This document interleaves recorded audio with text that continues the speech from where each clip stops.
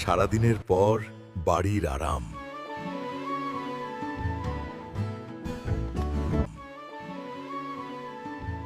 আজকে একটু বাইরে থেকে ঘুরে আসি, চলো। ঠিক আছে, চলো।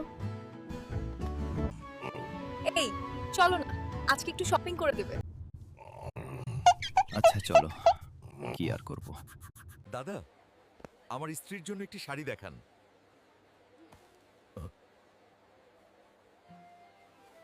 ওগো শুনছো, এদিকে দেখো। উফ, এই ড্রেসটা কি সুন্দর না? একদম পরীর মতো লাগবে, তাই না? এই ভাইয়া, এটার দাম কত?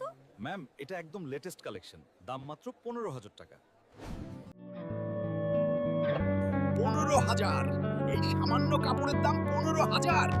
ভাই, এটা সুতা কি সোনা দিয়ে বানানো নাকি? আস্তে কথা বলো, সবাই তাকাচ্ছে। মান সম্মান সব ধুয়ে দিলাম। আচ্ছা আচ্ছা, শান্ত হও। শোনো, একটু বোঝো, এই মাসে তো গাড়ির তেল আর ঘরের বাজার কিনতেই। থাক, লাগবে না আমার ড্রেস। আমি ছেঁড়া কাপড় পরেই বিয়েতে যাব।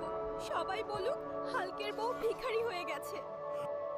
সোনা আমার, কান্না করো না প্লিজ।